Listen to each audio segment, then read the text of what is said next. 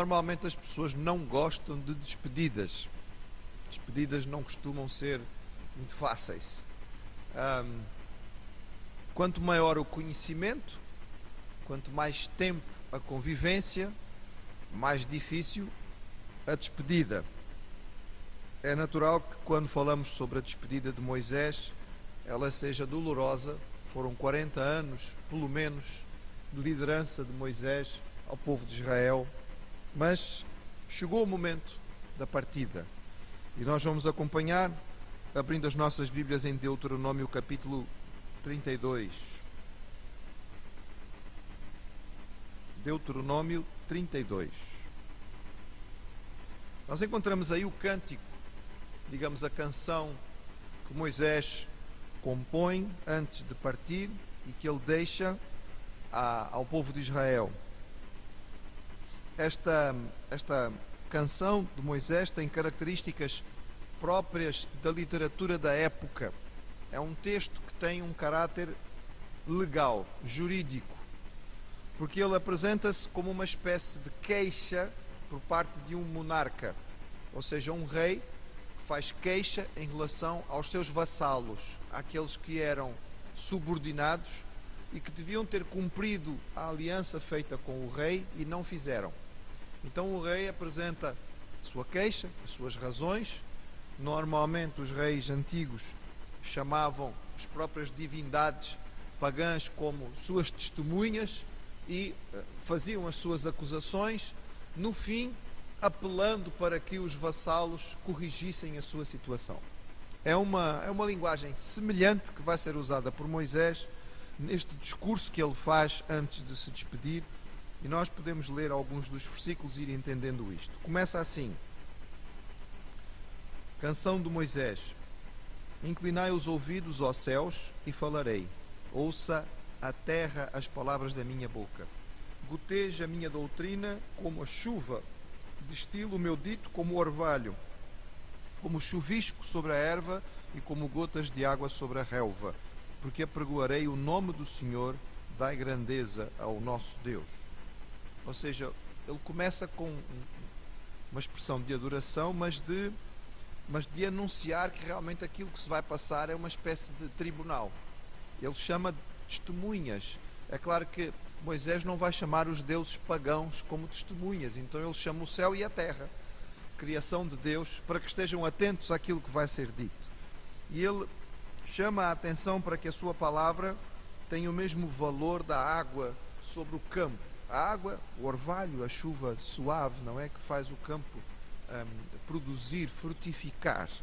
E nós devemos lembrar que a palavra do Senhor sempre tem este efeito em nossos corações. É bom que nós o usemos, porque o orvalho pode parecer, não é uma chuvada, é aquela não é? Aquelas gotinhas que vêm pela manhã, e nós talvez não as valorizemos muito, mas elas são fundamentais para que a erva possa ficar viçosa e para que o verde possa produzir. Por vezes não temos uma grande vontade de ler a palavra, um grande desejo de procurar a palavra. Isso é a estratégia do inimigo, porque ele sabe que a palavra sempre vai funcionar como o orvalho, sempre vai produzir bom resultado nas nossas vidas, mesmo que não seja algo que nós vejamos com uma grande diferença. Já uma vez usei este exemplo com os irmãos de um monge que estava a trabalhar, ainda jovem, e ele tinha o seu mestre, e ele então estava a trabalhar, e ele dizia ao mestre: ó mestre, eu não vejo grande valor na palavra, eu leio, estudo, e parece que não faz diferença nenhuma na minha vida. E ele estava com um cesto, onde ele estava a recolher, não é, produto do campo.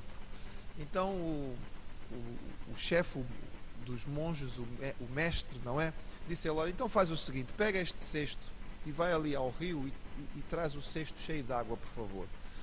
E o homem olhou, o rapaz olhou para o velho e disse assim: este velho deve estar a ficar velho mesmo, um cesto não serve para trazer água. E ele foi ao rio e trouxe e voltou, e realmente quando ele chegou de volta não tinha água nenhuma. Ele disse: oh mestre, está vazio. Disse: volta lá e traz mais. E ele foi, e o mestre insistiu com ele, e várias vezes ele foi ao rio, e cada vez que chegava com o cesto vazio, sem água, e ele já estava a ficar irritado com aquilo, e o mestre disse: não te irrites, eu sei que o cesto não vai conseguir manter a água, mas olha para ele, Vês alguma diferença? Então, quando o rapaz olhou para o cesto, percebeu que nestas indas e vindas, tantas vezes foi ao rio trazer a água e veio, e ficou sempre vazio, mas estava limpo. O cesto que no início das viagens estava sujo de terra, agora estava limpo, limpinho, limpinho. E ele diz: pois é, connosco também é assim. Às vezes parece que não fica nada, mas continua indo ao rio, porque vai fazer diferença na tua vida. O versículo 4 diz: ele, portanto, Moisés falando de Deus, porque ele diz: eu vou apregoar o nome do Senhor. Ele é a rocha, cuja obra é perfeita, porque todos os seus caminhos juízo são. Deus é a verdade e não há nele injustiça, justo e reto é. Corrompem-se contra ele seus filhos, eles não são, a sua mancha é deles, geração perversa e torcida é. Recompensais assim ao Senhor, povo louco e ignorante? Não é ele teu pai que te adquiriu e te fez e te estabeleceu? Lembra-te dos dias da antiguidade, atenta para os anos de muitas gerações, pergunta a teu pai e ele te informará, aos teus anciãos e ele te dirão. A justiça de Deus é exaltada por Moisés. Ele mostra como existe uma base muito forte para a acusação que vai ser feita, porque Deus é uma rocha firme. Ele era digno de confiança. Todos os caminhos do Senhor eram perfeitos e aquilo que Deus tinha dado a Israel para que Israel seguisse era o que havia de melhor.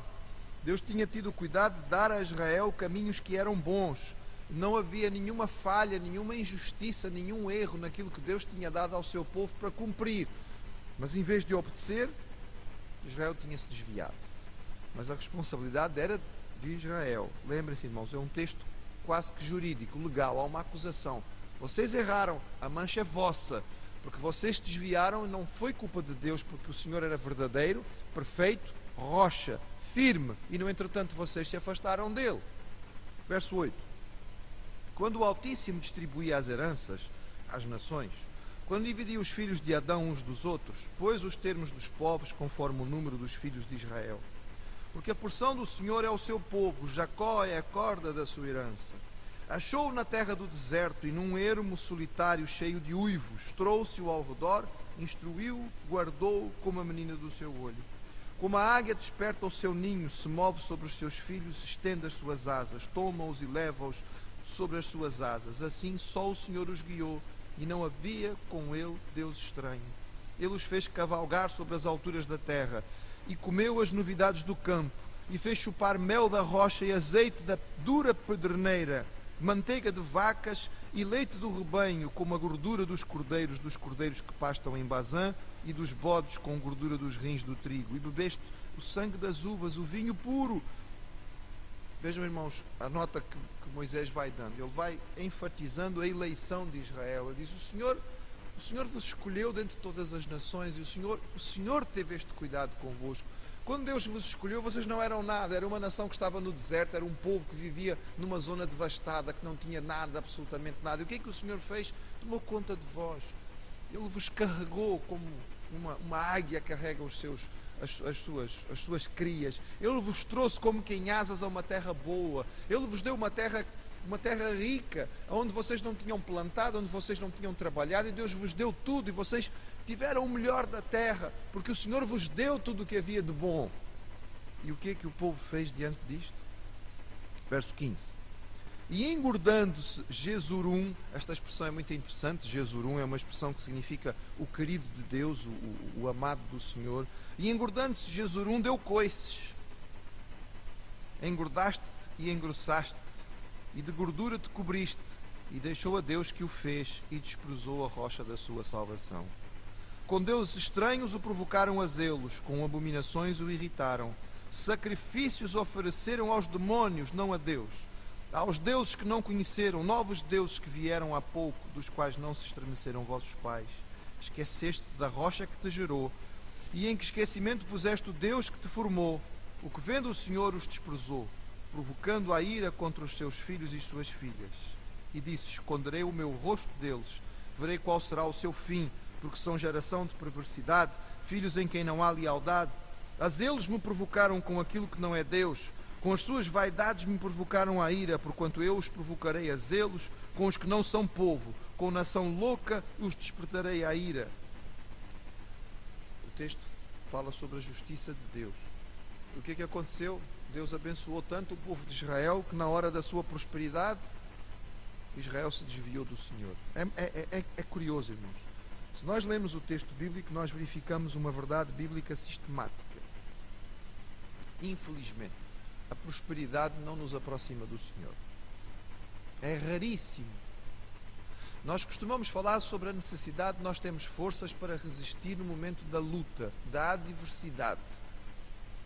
Mas raramente falamos sobre a necessidade de nós ficarmos firmes na hora da prosperidade. E alguém diz assim, mas eu gostava dessa bênção. Pois é, irmãos, mas a verdade é que é na hora da dificuldade que nós normalmente nos apegamos ao Senhor. É na hora da dificuldade que nós corremos para Ele. É na hora da luta que nós clamamos. E quando as coisas estão muito fáceis, normalmente nós nos esquecemos. É por isso que talvez que o Senhor não pode nos abençoar com mais prosperidade do que Ele gostaria. Porque Ele conhece os nossos corações. O texto é claro. Foi quando Israel engordou, quando a coisa ficou boa, enfim, quando a coisa ficou fácil, é que o povo se esqueceu do Senhor. E então o Senhor teve que agir, infelizmente, na sua ira. Diz que o Senhor então iria atuar contra Israel. Vejam o versículo 23. Males amontoarei contra eles, as minhas setas esgotarei contra eles. Exaustos serão de fome, comidos de carbúnculo e de peste amarga. E depois o texto começa a ficar duro, difícil. Vejam, é Moisés ensinando ao povo. É Moisés dizendo ao povo, atenção, prestem atenção. Deus vos ama, Deus vos separou de um modo especial, Deus vos escolheu, Deus vos abençoou.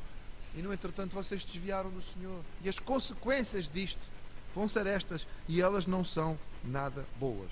Mas se nós avançarmos um bocadinho no texto, nós veremos que no entretanto o Senhor vai trazer de volta o seu povo. E diz assim, verso 36, porque o Senhor fará justiça ao seu povo e se arrependerá pelos seus servos, quando vir que o seu poder se foi e não há fechado nem desamparado. Então dirá, onde estão os teus deuses, a rocha em quem confiaram, de cujo sacrifício comiam a gordura e de cujas libações bebiam o vinho? Levantem-se e vos ajudem, para que haja para vós escondedouro. Vede agora que eu o sou, e mais nenhum Deus comigo. Eu mato e eu faço viver, eu firo e eu saro, e ninguém há que escape da minha mão. Porque levantarei a minha mão aos céus e direi, eu vivo para sempre. E ele então vai começar a falar a respeito da restauração do povo de Israel. Versículo 43, jubilai, ó nações, com o seu povo, porque vingará o sangue dos seus servos e sobre os seus adversários fará tomar justiça e terá misericórdia da sua terra e do seu povo. Mesmo neste texto, depois de Moisés mostrar que por causa do pecado foi necessário o juízo, ele termina dizendo, mas o Senhor vai restaurar o seu povo. O Senhor ainda vai restaurar a sua nação. E nós percebemos que toda esta lição, digamos que é transmitida aqui por Moisés, acaba por ser uma canção de adoração, mas também profética, contando aquilo que ia acontecer com o povo de Israel. E através dela, Moisés, ao se despedir do povo, deixa uma lição, deixa uma mensagem didática, ou seja, ele deixa um ensino para o povo. E é curioso, irmãos, a maneira como ele vai fazer com que este ensino fique. Diz assim um bocadinho mais à frente, verso 44. E veio Moisés e falou todas as palavras deste cântico aos ouvidos do povo, ele e Josué, filho de Num. E acabando de Moisés de falar todas estas palavras a todo Israel, disse, aplicai o vosso coração a todas as palavras que hoje testifico entre vós, para que as recomendeis aos vossos filhos, para que tenhais cuidado de cumprir todas as palavras desta lei, porque esta palavra não vos é vã, antes é a vossa vida. E por esta mesma palavra prolongareis os dias na terra, a qual passando o Jordão ireis a possuir. Duas coisas engraçadas aqui. Portanto, Moisés cantou este cântico e ensinou este cântico a Josué e através de Josué ao povo. Ele transmite este cântico, este hino, até um hino grande, para que o povo pudesse, ao cantá-lo, aprender a lição e guardar a lição. É interessante, irmãos, porque não é a primeira vez que Moisés faz isto, e nós percebemos que isto é uma das táticas, uma das práticas que é usada, porque é mais fácil guardarmos um texto cantado do que falado. É por isso que mesmo alguns textos que são declamados em alguns contextos religiosos o são em estilo de canto-chão, não é? Já ouviram o chamado canto-chão? Porque aquele ritmo com que as palavras são decoradas em uma espécie de canção são mais fáceis de guardar, são mais fáceis de decorar. E Moisés cantou isto e ensinou este cântico a Josué e através de Josué ao povo para que eles pudessem se lembrar disto. E desta maneira aquilo que eles cantavam tornou-se, digamos, uma lição mais fácil de guardar. No capítulo 33, que os irmãos têm já aí à frente, nós vamos encontrar então a bênção final de Moisés. É uma bênção num estilo profético, no estilo patriarcal. Nós não vamos ler, é um texto muito grande, se os irmãos quiserem depois ler em casa podem fazê-lo. Há uma curiosidade que talvez os irmãos possam fazer, comparar este texto com a profecia de Jacó. Jacó faz uma profecia sobre cada uma das tribos, cada um dos filhos, e passaram-se, grosso modo, 450 anos, quase 500 anos. E agora Moisés vai fazer outra vez o mesmo. Ele vai cantar e ele vai declamar uma profecia, uma bênção sobre cada uma das tribos. E é interessante fazer a comparação porque nós percebemos as mudanças que aconteceram. A bênção de Moisés sobre as tribos é feita partindo do princípio da sua localização geográfica. Ou seja, as tribos iam entrar em Canaã e conforme o local onde elas vão estar, a bênção é dada. E alguém pode dizer, mas Moisés não sabia exatamente onde elas iam estar. Sabia porque já tinha sido feito o sorteio e as tribos já tinham uma noção de onde iam ficar. Então a bênção é dada de acordo com o local onde elas vão estar. A bênção não é proporcional. Se lerem, vão perceber que não. Algumas tribos têm uma frase, duas frases, e outras tribos têm vários versículos de profecia ou de bênção, porque realmente as tribos tinham importâncias diferentes. A maioria das tribos tem uma bênção muito curta, muito rápida, mais ligada ao local onde eles iam estar, se iam estar junto ao mar, se iam estar nas montanhas. Algumas tribos recebem bênçãos específicas. Então, a tribo de Judá, que era a tribo real, sabemos que é a tribo de onde virá o rei Davi, e é a tribo que vai governar depois sobre Jerusalém, recebe uma bênção relativamente curta, que está mais ligada ao facto de que esta tribo ia ser uma tribo guerreira, e portanto ela é destacada como uma tribo um pouco isolada das outras. Se nós lembrarmos a história, sabemos que realmente Judá a certa altura fica praticamente sozinho, não é? Tanto que o reino do sul vai ser o reino de Judá, porque Judá sozinho forma um reino, enquanto que as outras tribos todas do norte juntas formam um outro reino, que é o reino de Israel. Há uma bênção especial para a tribo de Levi. É natural, era a tribo de Moisés, portanto é natural que ele tenha uma bênção maior para a sua família, e também porque a tribo de Levi é a tribo que vai se dedicar ao trabalho de Deus, o trabalho do tabernáculo e depois ao trabalho do templo. E há uma bênção especial para a tribo de José. E os irmãos vão dizer, mas não há nenhuma tribo de José? Não há uma tribo de José. Há duas, Efraim e Manassés, que são os filhos. Aliás, seria Manassés e Efraim, mas lembram-se quando Jacó abençoou os netos, ele fez o quê? Cruzou as mãos. Lembram-se? José teve o cuidado de colocar Manassés ao pé da mão direita, para que ele recebesse a bênção maior. Mas Jacó troca as mãos. E José vai lá e tenta destrocar as mãos do pai, e o pai diz, não, eu sei o que eu estou a fazer, porque o mais novo vai ser mais abençoado que o mais velho. E Efraim foi mais forte do que Manassés como tribo. Há uma bênção grande para estas duas tribos, referindo a força que elas iam ter e a sua importância. E se os irmãos lerem o texto, vão descobrir que não há nenhuma bênção para a tribo de Simeão. A tribo de Simeão desaparece. Realmente, em termos históricos, Simeão é absorvida pela tribo de Judá. E é por isso que não existe aqui nenhuma bênção específica. Avançamos então ao capítulo 34, irmãos. A partir do versículo 1 diz: Então subiu Moisés nas campinas de Moabe ao monte Nebo, ao cume de Pisga, que está de fronte de Jericó, e o Senhor mostrou-lhe toda a terra, desde Gileade até Dan, e todo o Naftali, a terra de Efraim e Manassés, e toda a terra de Judá até ao mar último, e o sul, e a campina do vale de Jericó, a cidade das palmeiras até Zoar. E disse-lhe o Senhor: esta é a terra de que jurei a Abraão, Isaque e Jacó, dizendo: à tua semente a darei. Mostro-te para a veres com os teus olhos, porém para lá não passarás. Assim morreu ali Moisés, servo do Senhor, na terra de Moabe, conforme ao dito do Senhor, e o sepultou num vale na terra de Moabe, defronte de Bet-peor, e ninguém tem sabido até hoje a sua sepultura.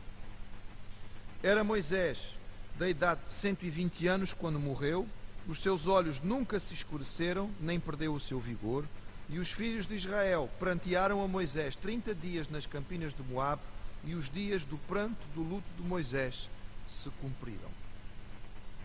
Moisés sobe ao monte, como Deus tinha prometido. Ali do monte ele tem a oportunidade de ver a terra prometida. Alguém pode dizer assim: bem, deste monte não se consegue ver tudo aquilo que o texto diz. Não, vê do ponto de vista simbólico. Claro, Deus lhe permite que ele tenha uma noção da extensão da terra, do tamanho da terra e daquilo que vai ser ocupado por Canaã.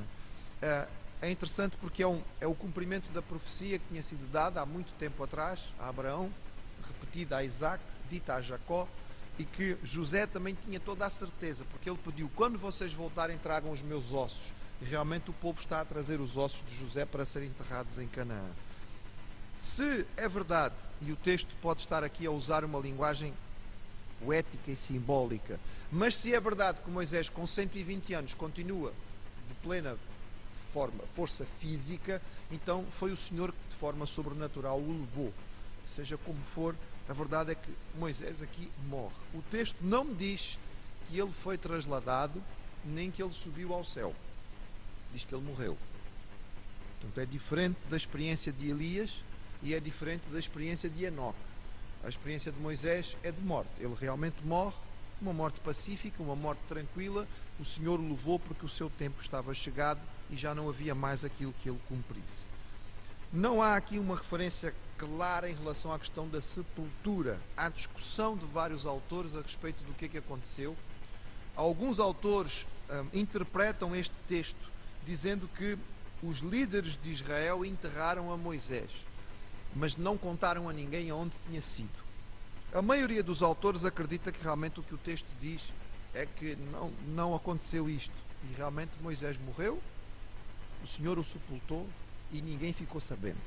Era muito difícil que, se houvesse homens envolvidos, ninguém tivesse dado com a língua nos dentes, né? Nós somos muito fracos para guardar segredos. Basta nos dizerem que é um segredo que não é para contar a ninguém, que a gente já fica com um comichão na ponta da língua. Então isto era muito complicado. Ninguém sabia. E porquê? A razão mais provável é que não sabemos, porque provavelmente a sepultura de Moisés teria-se transformado num local de peregrinação. Teria-se transformado num foco de idolatria. E o homem que tanto lutou e tanto falou contra a idolatria, não era possível que a sua sepultura se transformasse num local de idolatria. O Senhor não permitiu.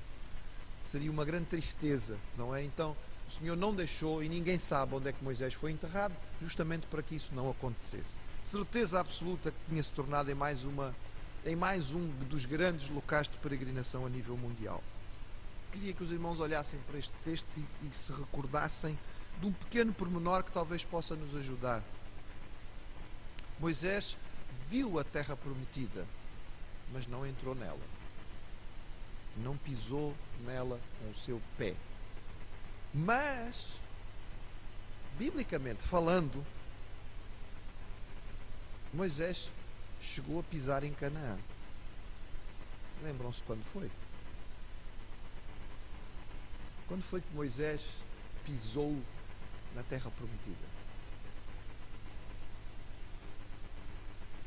Vai ser muito tempo depois, muitos séculos depois, num monte que nós não temos a certeza exata onde foi, mas que é conhecido pelos cristãos como o Monte da Transfiguração.